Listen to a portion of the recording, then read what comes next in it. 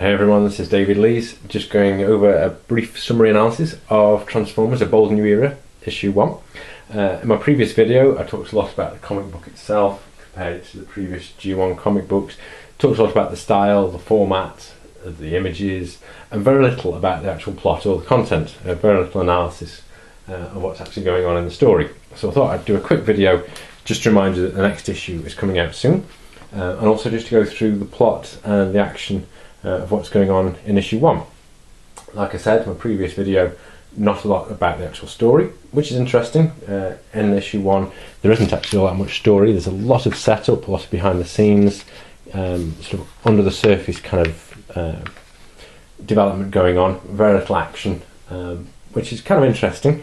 And I'll just talk through what does happen, pick out some highlights, pick out some lowlights, and talk through very briefly what I think and what I'm hoping for in issue 2. You can see on the left here the characters involved in the first issue. There's 6 featured. Rubble, this newly forged Autobot, who is full of enthusiasm, has absolutely no experience, very naive. Reminds me a lot of Bumblebee from G1 and inspires similar fears of dread and despair. When I come to look at him, I'm thinking he's just playing the cute card again.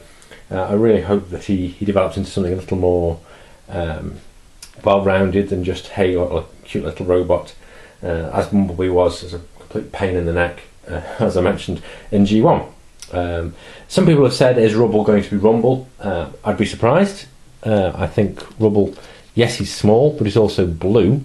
Rumble from G1 was red and black. He's very small, kind of cassette sized, but I'd be hoping that they're going to do something better with him, and I hope he gets some experience soon. Or failing that, I hope they kill him off, but don't quote me on that. As you can see, a lot of nothing going on basically. For the first 3 or 4 pages, Bumblebee coming across as kind of slightly cynical, hardened, doesn't suit him either. I always had this problem with Bumblebee being small but mature and experienced. It's really difficult when he's so such a well used and frequently used character. Another annoyance of mine from issue 1 is for Transformers. There's only one transformation that takes place, which is Windblade coming in her sort of jet form, transforms and joins the journey on foot. But that's the sum total of all the transforming that goes on.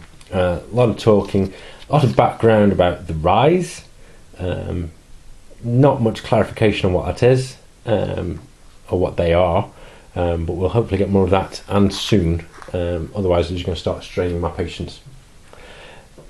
The other kind of parallel story going on is the civil unrest from the Ascenticons. I wonder who they'll become. Anything with a icon suffix has got to be bad news eventually. And here's Orion Pax watching the Ascenticon protest. You can see they've got the precursor of some kind of symbol going on here, maybe. It's all under the surface, but there's definitely something going on, and I really did enjoy the conversation between Orion Pax and Megatron. Megatron is very much in favour of change, progress, very progressive kind of political character. Optimus much more content to maintain the status quo. This frame at the bottom, of course not. There are a great many things I do not wish to see again on Cybertron Orion. So long as I am free to do so and others are free to listen, I will continue to explain the changes I believe are necessary. So he's not happy with the way things are. He's politically manipulative. There's clearly some manoeuvring going on his part in advance of things that may develop, as we all know. Orion, nobody's freedom is in question, Megatron, save the exaggerations for a more receptive audience.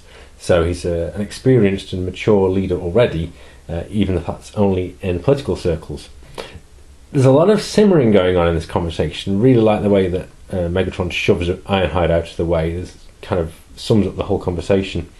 Ironhide says, not a success, and Orion replies, prowl under a pylon, more or less sums it up. In contrast to all that, we watch Rubble Bumblebee and Windblade walk across a large metallic planet. One nice little call out, one nice little touch here is these sort of shooting stars that turn out to be Cybertronians who are in kind of orbital patrol. They're in a dormant state, but they're in orbit around the planet. There's a lot of hidden firepower there that may or may not get involved at a later date. There's clearly some setup going on at this point. But other than that, I'm quite pleased when they actually finally get to the end of this journey and discover that Brainstorm's been injured, possibly fatally. Rubble asking the redundant question, are you okay? Possibly not. So, really interested to see how this setup develops. The discussion between Orion Pax and Megatron, really want to see that develop, even if it doesn't bubble over and spill over immediately, just how that tension escalates. I really want to see something useful happen to Rubble, whether they kill him off or develop him pretty quickly, and actually give him a transformation mode. That would be really helpful too. And a watchful eye on what's going on in the Cybertronians that are in orbit. So very interested to see how that all pans out. Issue 2 out this Wednesday, so just 2 days to go. I shall be reviewing it as soon as I can get my hands on one from my local store, and I'll speak to you all soon. Until then, transform and roll out.